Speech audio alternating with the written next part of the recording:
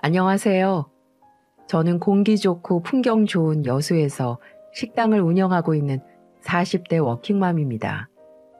여기서 제 소개가 끝나면 참 좋았을 텐데 아쉽게도 뒤로 수식어가 하나 더 붙어요. 2년 전에 이혼을 하고 6살 된 아들을 키우고 있다 보니 본의 아니게 구구절절 사연도 참 많았죠.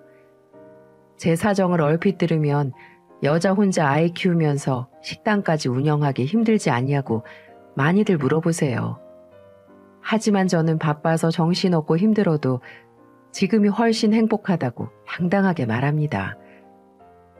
그래도 참고 사는 사람도 있는데 뭐가 그렇게 못마땅해서 이혼했나 궁금하시죠? 남자는 애가 아니면 개라고 하는데 전 차라리 혼자 애를 키우는 게 낫지 개까지는 못 키우겠더군요. 지금부터 그 금수만도 못한 놈을 잠시나마 남편이라고 데리고 살았던 저의 기가 막힌 이야기를 해보겠습니다. 저는 아버지가 일찍 돌아가셔서 엄마와 단둘이 살았어요. 혼자서 아버지 몫까지 해내시느라 엄마는 여자다움보다는 사내 대장부처럼 씩씩한 분이셨죠. 만약 결혼을 하게 되면 엄마 같은 사람과 결혼하고 싶다는 생각이 들 정도로 정말 멋진 엄마였습니다.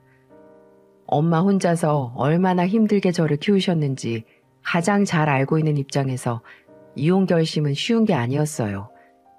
이런 제가 이혼을 결심할 만큼 제가 겪었던 결혼 생활은 막장 그 자체였습니다. 당시 저에게는 친구의 소개로 만나 1년 정도 만난 남자친구가 있었어요. 성실하게 회사 다니면서 차곡차곡 돈을 모을 줄도 아는 성실한 사람이었죠. 저희는 궁합도 안 본다는 4살 차이였어요. 지금 생각해보면 같은 사람이 맞나 싶을 정도로 다른 사람 같습니다. 그때만 해도 남편은 듬직하고 책임감 있는 모습으로 저에게 다가왔었죠. 엄마랑 둘이 살고 있다는 걸 알고 있던 남편은 종종 저희 집에 와서 전구를 갈아주거나 무거운 가구를 옮겨주며 살갑게 아들처럼 지냈어요. 자연스럽게 엄마도 남자친구의 존재를 알게 됐고 구김살 없이 굳은 일을 도맡아 하는 남자친구를 보며 엄마가 가장 마음에 들어 하셨죠. 아유, 매번 이렇게 와서 일만 하고 가는 것 같아서 어떡해? 어머니, 그냥 아들 생겼다 생각하시고 편하게 불러주세요. 매번 아들처럼 넉살 좋게 와서는 엄마랑 한참을 떠들다가 가곤 했습니다. 딸 같은 며느리만큼이나 아들 같은 사위도 어머니들에게는 로망이잖아요. 하나뿐인 딸이 좋다고 하는데 반대할 이유도 없을 뿐더러 엄마 눈에는 만점짜리 사위 그 자체였죠. 수정아, 우리 결혼하자. 내가 정말 잘해줄게. 좋은 남편, 든든한 사위 내가 돼줄게. 남편은 프로포즈를 하는 순간에도 저희 엄마까지 생각해준 사람이었어요. 어찌나 눈물이 나던지 하늘에 계신 저희 아버지가 그동안 고생했다며 내려준 사랑 같았습니다. 하지만 막상 상견례를 하려니 겁이 좀 나더라고요. 남편은 평범한 가정에 장남으로 잘 자랐는데 저를 어떻게 보시려나 걱정이 좀 됐거든요. 예비시댁은 시골에서 농사를 지으셨고 아들 둘 모두 서울로 대학을 보내실 정도로 성실하고 강직한 분들이셨어요. 처음 시댁 어른들에게 인사드리던 날 걱정스러운 마음에 양손 가득 들고 갔었죠. 아유, 우리 아들이 어디서 이렇게 예쁜 며느리를 데려왔을까? 반가워요. 사내 놈들만 있던 집에 딸이 생긴 것 같네. 걱정했던 것과 달리 너무 좋은 분들이셨어요. 이후로도 서울로 직접 기르신 농작물을 보내주시면서 저까지 챙겨주셨고요. 이런 게 가족이라는 울타리인가 싶고 너무 행복했습니다. 그렇게 저는 30의 문턱에서 결혼을 했어요. 결혼과 동시에 아이가 생기면서 저는 집에서 아이를 키우는 주부로 지내야만 했었죠. 열심히 다녔던 회사는 그만둬야 했지만 좋은 가정을 만들겠다는 다짐으로 남편을 내조하며 좋은 아내와 엄마로 살았습니다. 엄마를 닮아서 음식 솜씨가 좋았던 저는 남편 퇴근 시간에 맞춰서 저녁을 준비하는 것도 마냥 즐거웠어요. 꿈꾸던 가정의 모습을 이룬 것 같았고 저녁을 먹은 남편이 아이와 놀아주는 모습을 보는 것도 그저 행복했습니다. 저의 결혼 생활이 여기서 딱 그렇게 두 사람은 행복하게 잘 살았습니다. 하고 끝났으면 좋았을 텐데 현실은 잔혹동화였죠. 지금도 우리 아들의 동화책을 읽어줄 때면 왕자와 공주가 만나서 결혼식 할 때 끝이 나는 걸 보면 동화 속에서도 결혼은 자세히 보여줄 수 없는 미지의 세계였구나 라고 생각했습니다. 동화는 정말 동화일 뿐이었으니까요. 아들이 4살 되던 무렵 갑작스레 남편의 회사가 어려워지면서 출근하는 날보다 집에 있는 날이 더 많아졌죠. 남편 회사 주요 거래처와 거래가 끊기면서 일이 줄어들어서 그야말로 사무실 자리를 지키기에도 힘들어 보였습니다. 애도 좀 컸으니 제가 나가서 돈을 벌려고 했지만 남편은 애는 엄마 손에서 커야 한다며 본인이 대리운전이라도 하겠다며 말렸어요. 그렇게 남편은 밤낮으로 일을 하기 시작했죠.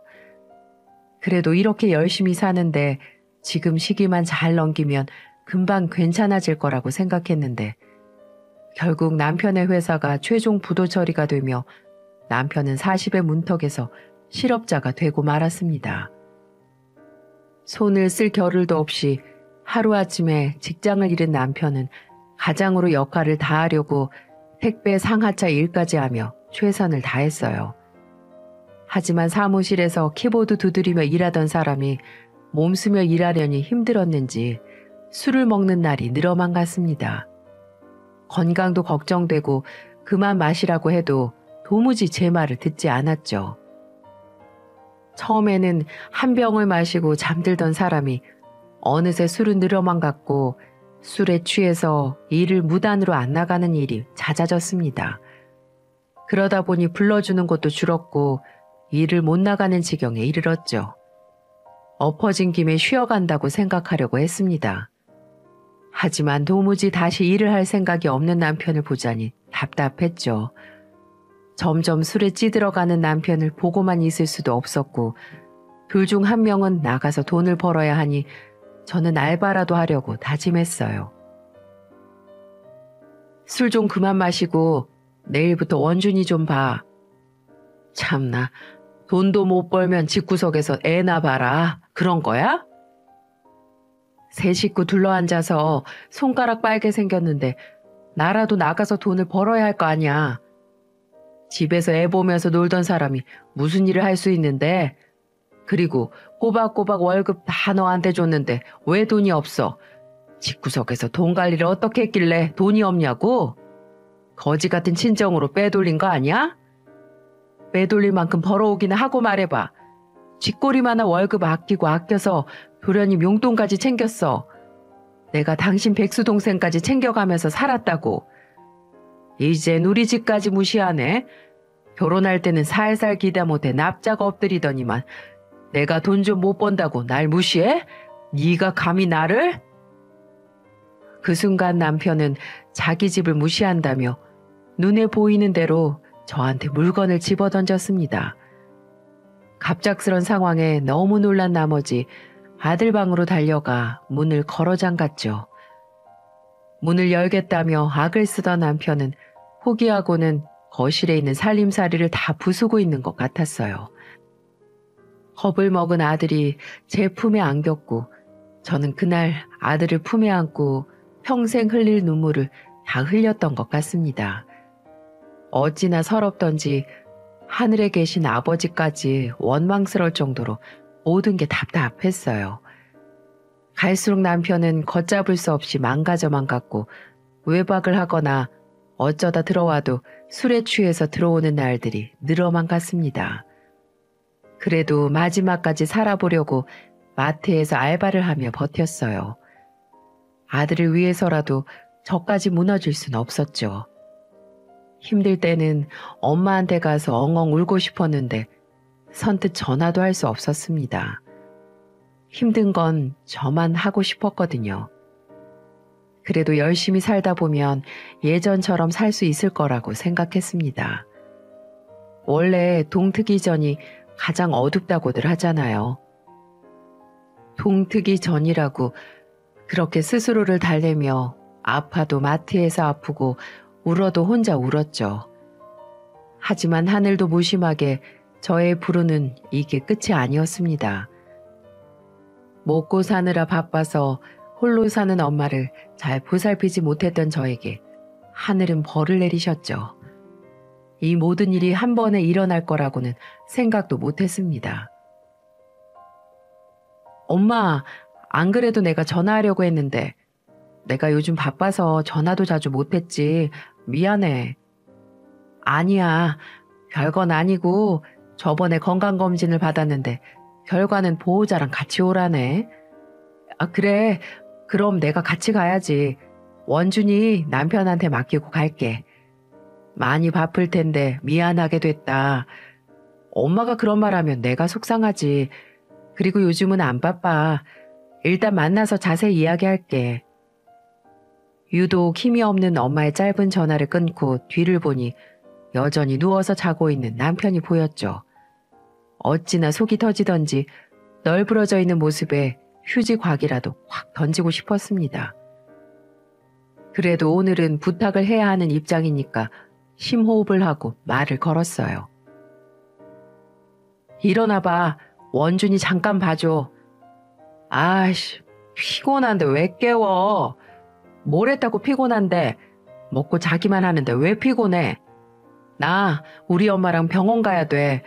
그러니까 원준이 좀 보고 있어. 팔자 좋다. 노인네 아프다고 병원까지 가고 나도 병원 좀 데려가라. 애도 건강해야 놀아주지. 삭신이 쑤셔서 애를 못 보겠다. 당신이 대체 뭘 했다고 아픈데? 맨날 술이나 마시니까 아프겠지. 또 물건을 던지기라도 할까 겁이 났지만 맨정신이라 그런지 순순히 자리에 앉았습니다. 설마 자기 애를 굶기겠나 싶어서 얼른 집을 나왔죠. 오랜만에 엄마를 본다고 생각하니까 엄마 품에 안겨서 펑펑 울고만 싶었습니다. 엄마를 만나러 가는 길에 어찌나 눈물이 흐르던지 엄마 앞에서는 제발 울지 말자고 다짐했죠. 하지만 제 다짐은 쉽게 무너졌습니다. 병원에서 엄마에게 암이라는 진단을 내렸거든요. 감히 상상조차 못 해본 병이 엄마에게 생겼다고 하니 믿고 싶지도 않았죠. 제대로 검사한 거 맞아요? 어떻게 하루아침에 암일 수가 있어요? 어머님이 말씀 안 하셨어요? 약 타러 자주 오셨어요. 따님한테 말했다더니 안 하셨구나. 그래도 항암 치료하면 괜찮아질 수 있어요. 요즘 암은 치료 가능하니까 너무 걱정 마세요. 충격적이었습니다. 엄마가 아파서 병원을 갔다는 것도 몰랐다는 게 너무 한심했어요. 늘 꿋꿋하고 강할 줄 알았던 엄마는 악소리도 안 내시고 약해져만 갔습니다. 엄마 미안해. 내가 사는 게 바빠서 엄마가 이렇게 아픈 줄도 몰랐어. 내가 말을 안 했는데 어떻게 알아. 모르라고 말 안 한 건데. 내가 자주 들여다봤어야 했는데. 그렇게 병원 앞 벤치에 앉아 저는 엄마랑 서로를 얼싸안고 펑펑 울었습니다. 그리고 전 그동안 있던 일은 엄마에게 다 털어놓았어요. 지방에 있는 엄마가 항암 치료를 받으려면 서울에 잠시라도 머무르셔야 하니까 말할 수밖에 없었죠. 왜 엄마한테 말도 안 하고 속을 끓였어? 아니야, 엄마한테 잘 사는 거 보여주고 싶었는데. 하늘 아래 엄마한테 못할 소리가 어딨어. 엄마가 혼자 속 끓여가며 널 키워서 그런가? 에휴, 그런 건 안 배워도 되는데 왜 그러고 살았어? 엄마, 그러니까 우리 집으로 와. 서울에서 병원 다니면서 치료하자. 아무리 가까워도 나도 내 집이 편해. 항암 치료 받을 때만 가끔 들릴게. 하나뿐인 딸 집에서 편히 쉬지도 못하시는 엄마에게 죄송했습니다. 이때부터 저는 물러날 곳이 없었어요. 아들이랑 엄마를 위해서라도 저는 더 열심히 살아야만 했죠. 며칠 후 엄마는 항암 치료를 위해 집에 오셨습니다. 남편 입단속을 해놓고 엄마가 있는 동안만 술 좀 그만 마셔달라고 신신당부를 했습니다. 귓등으로 안 듣는 태도에 환멸이 났지만 당장 엄마를 모셔야 하니까 참을 수밖에 없었죠. 엄마, 서울 오느라고 고생했어. 우리 저녁 같이 먹자. 내가 엄마 주려고 백숙해뒀어. 엄마 짐을 받아서 한 구석에 내려두고 부엌으로 모셨습니다. 그런데 그 잠깐을 못 참고 남편은 식탁에 앉아서 먼저 밥을 먹고 있는 게 아니겠어요? 어찌나 본인 배고픈 건 끔찍하게 생각하는지 세상에 아들 밥도 안 챙기고 혼자서 먹고 있었죠. 우리 엄마 오셨잖아. 나와서 인사해야지. 밥만 먹고 있으면 어떡해. 오셨어요? 먹고 죽을래도 없는 집구석까지 굳이 아픈 몸 끌고 오느라 고생하셨네요. 전 환멸감과 모멸감을 참지 못했고 남편이 먹고 있던 밥그릇과 숟가락을 쓰레기통에 던져버렸습니다. 예상치 못한 제 행동에 남편은 벌떡 일어났고 뭐 하는 짓이냐며 소리를 쳤죠. 말 좀 똑바로 못해? 입은 먹을 때만 입이야? 먹고 죽으려고 해도 없는 집에 오늘 내일 하는 노인네까지 왔는데 다 같이 죽자고 온 거 아니야? 입으로 똥을 싸라. 저 인간의 입은 정말 가죽이 모자라서 뚫려 있는 건가 싶은 생각도 들었습니다. 결혼할 때만 해도 성실하고 듬직했던 남편이었는데 사람이 너무 빠르게 변해갔어요. 둘 다 그만해라. 애가 다 듣잖아. 김서방 힘들겠지만 내가 며칠만 있을게. 그러니까 일단 앉아서 밥 먹자. 너도 가서 밥 다시 차려와. 화를 내지도 못하고 오히려 사과를 하고 앉는 엄마를 보는데 야위 모습이 정말 가슴 아팠어요. 더 이상 분란을 만들고 싶지 않았고 어린아들 앞이니 참았습니다. 하지만 이 모든 건 전쟁의 서막이었죠. 모든 불행은 한꺼번에 몰아쳤지만 잠시도 쉴 수 없었습니다. 대형 마트에서 일을 하다 보니 일은 쉴 틈이 없었고 하루 종일 서서 일해서 허리도 아팠고 손목은 쑤셔오기 일쑤였죠. 아들 낳고 껴본 적도 없는 손목 아대까지 차고 매일같이 일을 했어요. 아파도 혼자 아팠고 힘들어도 혼자 힘들었습니다. 엄마가 집에 계시는 동안만이라도 잘 모시고 싶었어요. 그래서 밥상도 더 신경 쓰고 남편과 싸움을 피하며 살얼음판에서 지냈습니다. 그래도 엄마만 편히 모실 수 있다면 저 하나쯤이야 꼭 참을 수 있었죠. 그러던 어느 날 몸이 너무 힘들어서 조퇴를 하고 집으로 돌아왔죠. 집에 겨우 도착했는데 제 두 눈으로 보고 믿지 못할 광경을 보고야 말았습니다. 엄마가 화장실 청소를 하고 계신 거예요. 그때 방문이 열렸고 남편이 나오면서 저희 엄마에게 큰 소리를 치고 있었습니다. 아니, 화장실 하수구가 꽉 막힐 때까지 대체 뭐 하셨어요? 생활비 한 푼 안 내고 있을 거면 이런 건 좀 제때 하세요. 머리가 한 움큼씩 빠지는데 씻을 때마다 치워요 좀. 더러워서 정말. 저는 들고 있던 당면을 남편한테 던졌습니다. 터진 입이라고 말을 함부로 하니까 더 이상 사람이라고 생각하기도 싫었죠. 저런 인간을 믿고 일하러 나가던 제가 한심할 뿐이었어요. 뭐가 어쩌고 저째? 너야말로 집구석에서 뭐하는 짓이야? 네가 그러고도 사람이야? 이게 진짜로 미쳤나? 내가 뭐 틀린 말 했어? 그러니까 왜 굳이 없는 집에 기생하듯 붙어서 분란을 만드냐고. 왜? 나 아직도 도련님한테 돈 보내고 있어. 그럼 도련님도 기생하는 거지. 잘 다니던 회사 때려치고 나와서 비트코인 하겠다고 빚만 잔뜩 져서 고향도 못 가잖아. 내 말이 틀려? 이게 진짜 보자 하니까. 손을 올리려는 남편 앞을 엄마가 가로막았습니다. 어디 손을 대? 그만 못 둬? 가지가지들 한다. 아유, 재수가 없으려니까. 정말 눈물 나서 못 봐주겠네. 그리고 숭숭 빠진 머리 꼴 보기도 싫은데 가발을 좀 사던지. 아, 진짜 취해서 못 봐주겠다 정말. 너 나가. 그냥 나가서 죽어버려. 대체 왜 너 같은 거 멀쩡하고 불쌍한 우리 엄마가 아파야 되는데. 저는 더 이상 참을 수 없었고 엄마를 뒤로 한 채 남편에게 달려들었어요. 아들이 울기 시작했고 엄마는 저를 뜯어말리셨습니다. 눈에 뵈는 게 없었죠. 남편은 뭐가 그렇게 분한지 정말로 집을 나가버렸어요. 대체 뭐가 그렇게 분하고 억울한지 짐작조차도 안 갔습니다. 남편이 나가고 정신을 차린 저는 아들을 달랬고 엄마는 저를 달래셨어요. 이기적이게도 엄마가 지금 내 곁에 있어서 고맙다는 생각이 들더군요. 아픈 엄마는 끝까지 저에게 힘을 주고 계셨죠. 다음날 엄마는 마지막 항암 치료를 받고 집으로 가겠다고 하시더군요. 죄책감도 들고 더 못난 꼴을 보일 것 같아서 편한 대로 하시라고 했습니다. 제가 편히 모실 수 있었다면 좋았을 텐데 남편이 너무 아나무인이었죠. 그래도 아주 죽으라는 법은 없었어요. 하늘이 무너져도 솟아날 구멍이 있긴 했었죠.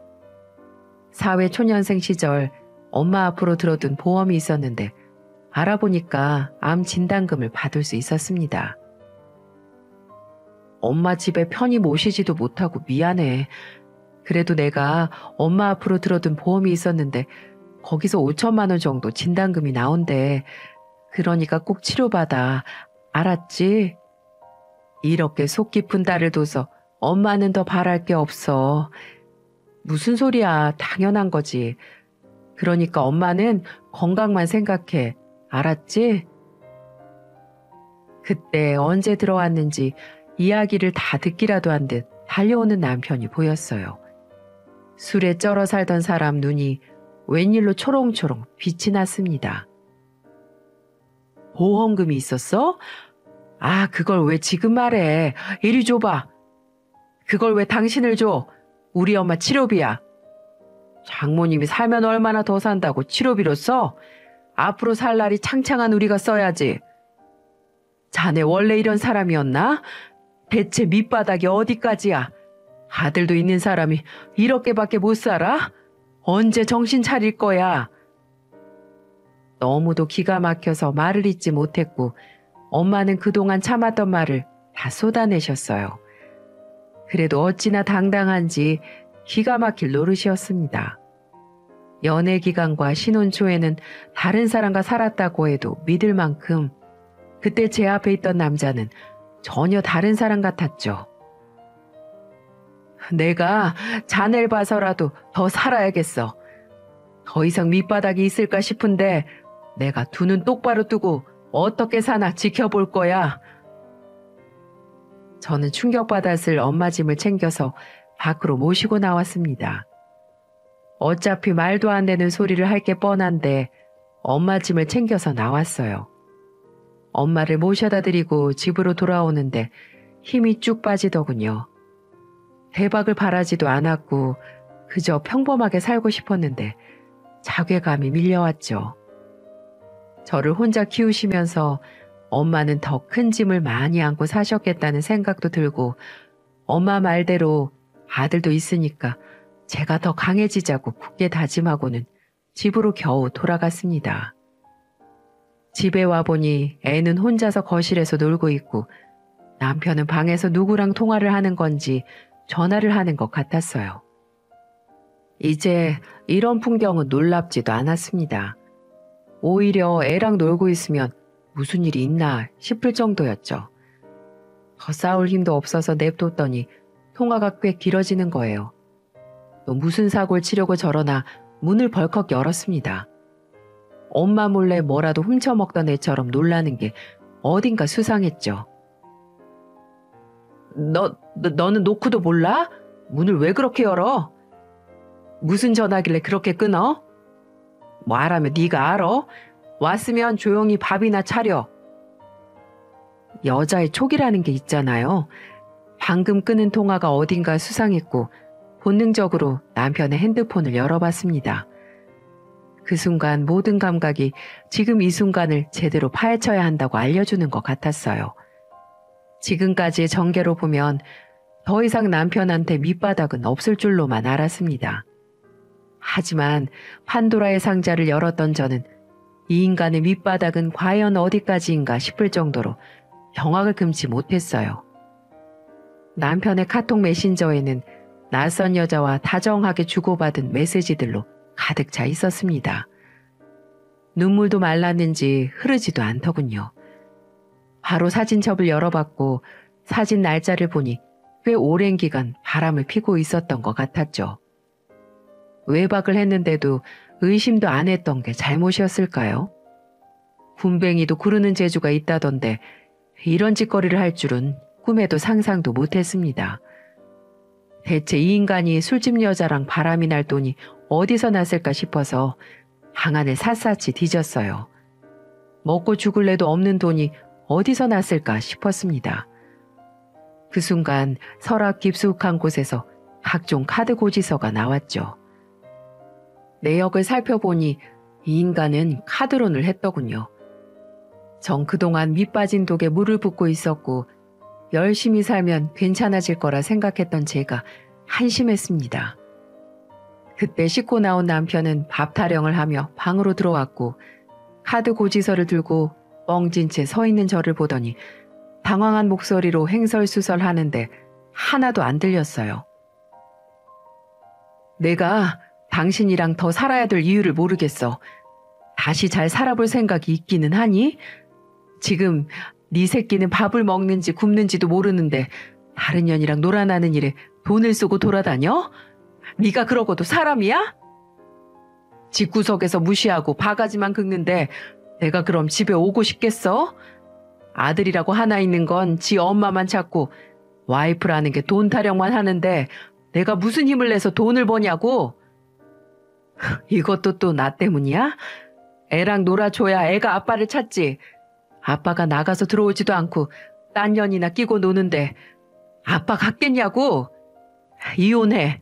나 너랑 못 살아. 너만 없어도 내가 살 것 같아. 그래, 그 말 왜 안 하나 했다. 피는 못 속이지.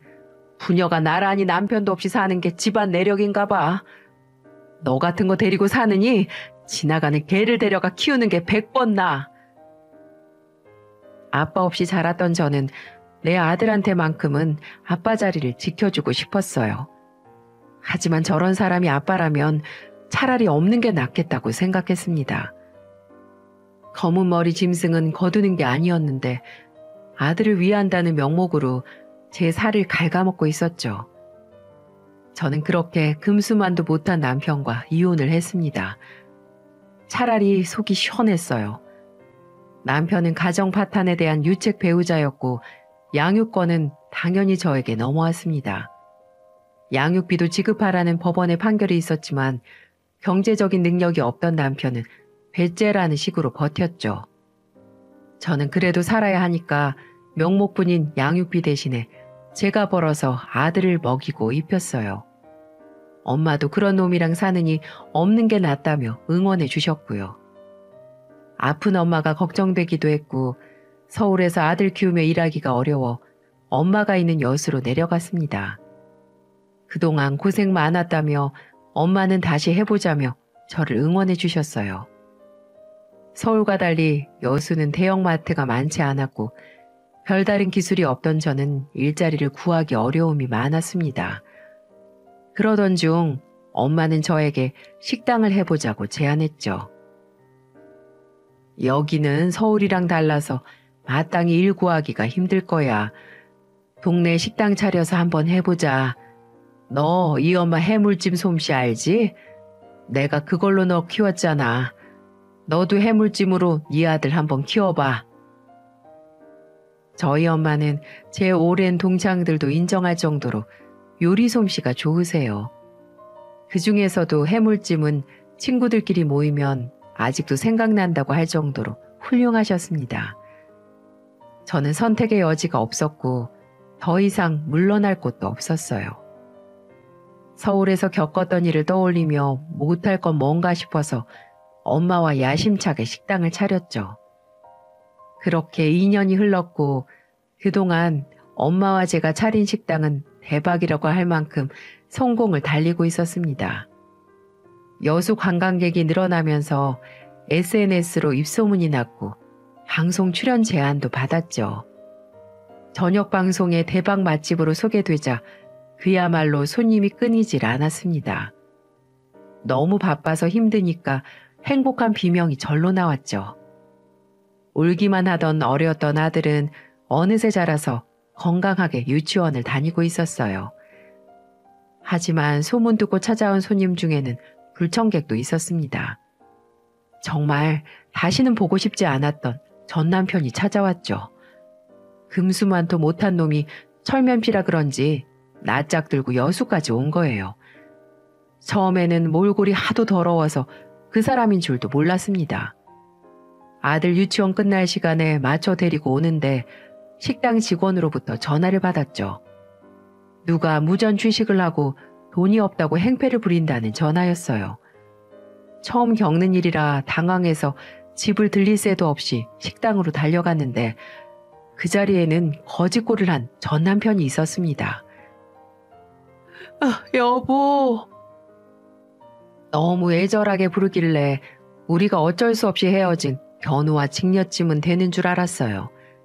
기가 막혀서 종업원에게 경찰을 부르라고 했죠.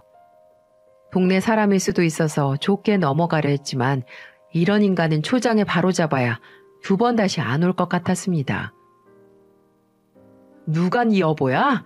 당장 경찰 불러요. 돈도 한 푼 없이 식당에서 밥만 축냈다고 당장 잡아가라고 경찰 불러주세요. 네, 경찰이죠. 여기. 남편을 똑바로 보고 종업원을 향해 큰 소리로 말했고 종업원은 경찰에 신고를 했습니다. 하지만 제가 예상했던 것보다 전 남편은 얼굴이 너무 두껍더군요. 원준아, 아빠야. 많이 컸네. 매일 소리 지르고 술에 취한 아빠 모습을 기억하던 아들은 제 뒤로 숨었습니다. 저도 아들에게 접근 못하도록 아들 손을 꼭 붙들고 그냥 식당을 나왔어요. 따라 나오려는 전 남편을 직원들이 붙들었고 그렇게 경찰서로 끌려간 것 같았죠. 어찌나 놀랬는지 아들을 집에 데려오고 엄마에게 아들을 부탁했어요. 손이 다 떨렸고 다시 불행이 덮치는 것처럼 답답했습니다. 엄마는 겁에 질린 듯 떨고 있는 제 손을 잡아주시며 말씀하셨죠. 정신 차려. 아무것도 없던 그때는 몰라도 지금 네가 지켜야 할 게 많아. 식당도 그렇고 원준이도 그렇고 너만 믿고 일하고 있는 직원들도 있어. 마음 단단히 먹어. 네가 무너지면 다 무너지는 거야. 엄마 말을 듣고 정신을 차릴 수가 있었어요. 저는 아무것도 없이 울기만 했던 그때와는 달랐고 잘 살겠다며 여수까지 왔으면 저는 도망칠 곳도 없고 피하기도 싫었습니다. 그래서 저는 아들을 엄마에게 부탁하고 식당으로 향했죠. 저는 엄마이자 사장이니까요. 저녁 장사를 준비하고 있는데 누가 가게를 서성이는 게 보였습니다. 지긋지긋한 실루엣이 자세히 안 봐도 알겠더군요. 찌질함은 어둠 속에서도 잘 안 가려진다는 걸 그날 알았습니다. 여보, 잠깐 얘기 좀 하자. 이제 손님들이 올 시간이 됐는데 식당에서 이럴 수 없어서 끌고 가게 반대 방향으로 나왔습니다. 걸음이 멈추자 전 남편은 제 앞에서 시멘트 바닥에 소리가 날 정도로 세게 무릎을 꿇는 겁니다. 전 그날 손이 발이 되게 비는 모습을 처음이자 마지막으로 봤어요. 사람이 살면서 손이 발이 되도록 비는 일이 흔치 않잖아요. 금수만도 못하게 살았으니 이혼한 전 부인이나 찾아와서 애걸복걸 하는 것 같았습니다. 지난 세월 안 봐도 비디오입니다. 수정아, 내가 잘못했어. 너무 힘들어서 내가 미쳤었나 봐. 한 번만 봐주면 진짜 잘할게. 아빠로, 남편으로, 사위로 정말 잘할게. 좀 떨어져. 낯짝이 왜 그렇게 두꺼워? 이제 와서 뭘 다시 해? 그나마도 애한테 창피당하기 싫으면 조용히 올라가. 가서 그때 그 지지배한테 살려달라고 해. 너랑 이혼하고 바로 헤어졌어. 걔 사치도 심하고 제정신이 아니더라. 내가 미쳤었나 봐. 딱 맞는 수준끼리 아주 잘 만났네. 아니다. 헤어진 거 보면 걔가 조금은 더 똑똑했나 보다. 내가 잘못했어. 한 번만. 제발 한 번만. 아! 말이 끝나기 무섭게 매달리며 비는데 그 순간 누가 남편을 내리쳤습니다. 놀란 눈으로 보니 엄마가 국자를 들고 남편의 머리를 내려친 거예요. 그리고 씩씩거리면서 남편 머리채를 잡고 바닷가로 끌고 갔죠. 장모님, 왜 이러세요, 장모님? 누가 네 장모야? 인연 끊어진 지가 언젠데 이제 와서 장모야? 내가 그때 인간 같지도 않은 놈 못 알아보고 내 딸이랑 결혼시킨 게 내 천추의 한이야. 한 번만 더 여수당 밟아봐. 그때는 내가 저 배에 태워서 고기 밥을 만들어 줄 테니까. 전 남편이 쉽게 갈 것 같지 않아서 엄마는 원준이를 옆집에 부탁하고 가게를 왔는데 제가 가게에 없어서 절 찾아다니셨죠. 그러다 무릎을 꿇고 빌고 있는 전 남편을 보고는 떡볶이 가게 아주머니한테 국자를 빌려서 달려오셨던 거였습니다. 그렇게 전 남편은 엄마의 국자 세례를 맞고는 도망가 버리더군요. 엄마는 마치 벌레라도 한 마리 잡은 듯이 옷을 툭툭 털며 저한테 왔습니다. 제가 본 엄마 모습 중에 가장 멋진 모습이었죠. 넌 모처럼 말 같지 않은 소리를 듣고 서 있어. 힘이 남아돌면 가게나 봐. 완전 건강을 되찾지 못했지만 그래도 많이 건강해지신 엄마는 너무 든든했어요. 저런 인간은 흉내도 못 낼 만큼 엄마는 작은 몸으로 아빠처럼 남편처럼 저에게 큰 힘이 돼주고 계셨죠. 엄마 걱정 마. 이제는 이런 험한 일도 내가 할게. 짐승만도 못한 건 내가 잡아야지. 이 어린 손목으로 엄마가 뭘 잡아? 나만 믿어. 엄마는 제 말을 듣고는 호탕하게 웃으셨어요. 오랜만에 엄마와 어깨동무를 하고 이런저런 얘기를 하다 돌아갔던 날이었습니다. 이 행복을 깨지 않기 위해서 저는 정신 못 차린 남편 놈을 멀리 쫓아버릴 계획을 세웠죠. 생각해보니까 전 남편으로부터 저는 양육비를 단 한 푼도 못 받았어요. 그러면서 남의 영업장까지 와서 식충이 짓을 한 거였죠. 자리 잘 잡은 식당을 옮길 수도 없고 제가 도주하듯 피할 이유도 없이 할인은 쫓아버리면 그만이었습니다. 다음 날 장사 준비에 여념이 없었고 주말이라 줄까지 늘어서 있어서 제가 너무 바빴어요. 그때 어제 무슨 일이 있었냐는 듯 전 남편이 식당으로 오는 거 있죠? 돈 냄새를 맡았으니 쉽게 갈 거라고 생각은 안 했지만 너무 예상대로 나와주니까 하찮았어요. 또 이상한 소리 할 거면 조용히 가. 사람들 많은 데서 개망신 당할 거 아니면 한 번만 더 기회를 주면 안 될까? 미쳤니? 왜? 술집 년이 너 못 먹여 살리겠다니? 너 기 살려주는 애라며? 내가 미쳤었나 봐. 원준이 봐서라도 한 번만 봐줘. 너도 아빠 없이 커봐서 알잖아. 네 아들도 아빠 없이 키울 거야? 이렇게 멀쩡히 살아있는 아빠 안 보여주는 게 엄마로서 할 짓이야? 그놈의 무릎은 어찌나 싸게 굴리던지 또 제 앞에서 무릎을 꿇는 거예요. 목소리도 어찌나 크던지 누가 볼까봐 창피했습니다. 바빠 죽겠는데 이 거머리를 어떻게 떼야 하나 고민하다가 옆에 있던 쓰레기 봉투를 들고 내리쳤어요. 너는 평생 그 입 열지 마. 입은 밥 먹을 때만 쓰냐? 뚫리면 다 입이고 뱉으면 다 말이야? 난 할 수만 있으면 내 아들 머릿속에서 너라는 존재를 아예 지워주고 싶어. 너 같은 거 없는 게 100번 나아. 원준이 데려와. 아빠 보고 싶을 수도 있잖아. 네가 싫다고 천륜을 끊을 거야? 아들을 볼모로 기회를 달라며 비는 금수만도 못한 놈을 보니까 눈이 돌아갔습니다. 어디 금쪽 같은 내 새끼를 볼모로 잡나요? 해준 게 있어도 미안해서 못 오는 게 정상 아닙니까? 내가 너 때문에 속 썩었던 거 생각하면 아직도 잠이 안 와. 나 때문에 못 살겠다며? 그래서 그냥 끼고 놀았던 거 아니야? 아들이 굶는지 와이프가 나가서 손목이 끊어지는지 관심조차 없었잖아. 나가서 카드깡이나 하면서 그년이랑 놀아놨으면 둘이 백년해로 했어야지. 여기가 어디라고 와? 그 정도 용기도 없이 바람을 폈니? 나는 이혼할 때 너 같은 건 지워버렸어. 너 없어도 잘 살 용기가 차고 넘쳐서 이혼한 거라고. 전 남편은 바닥에 주저앉아 울더군요. 저는 마지막으로 남편에게 쏟아냈습니다. 옆에 있던 남은 쓰레기 봉투도 들고 내리쳤죠. 나는 내다 버린 쓰레기 다시 안 들고 들어가. 내가 생각해보니까 너한테 2년 동안 단 한 번도 양육비를 못 받았더라. 어떻게 살았으면 저당 잡을 소득도 없이 살았냐? 그래도 꼴에 사는 집은 전세더라.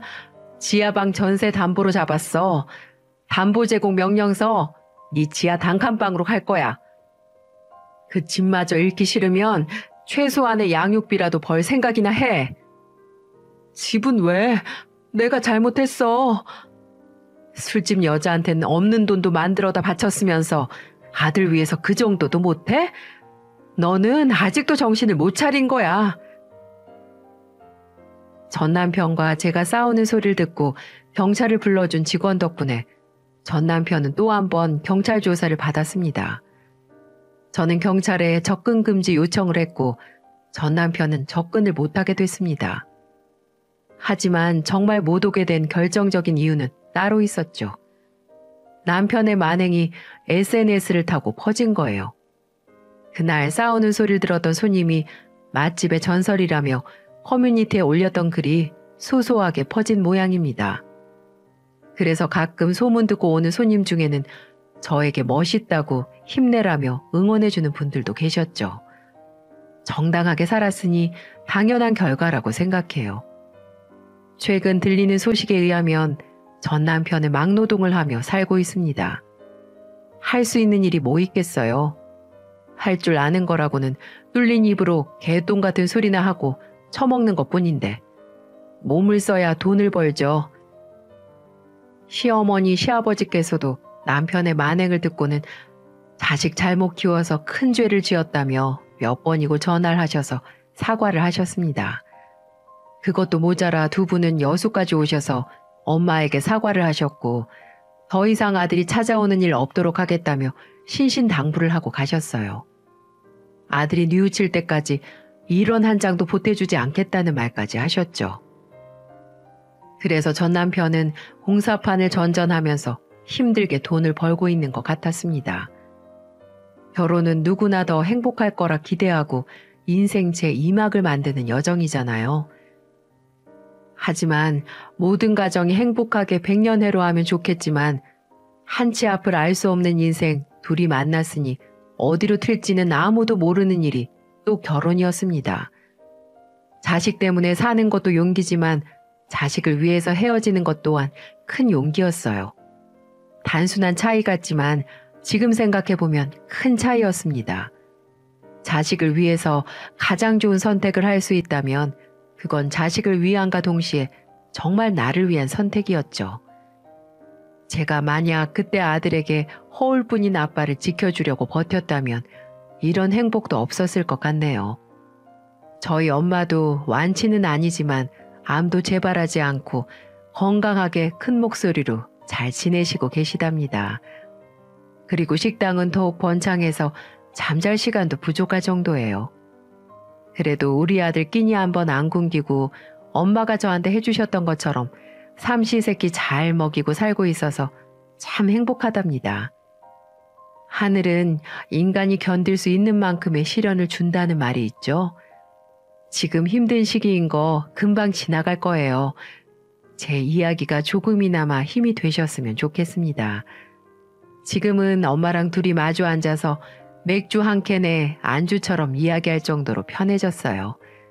우리 모두 긴 터널을 지나 행복하게 살자고요.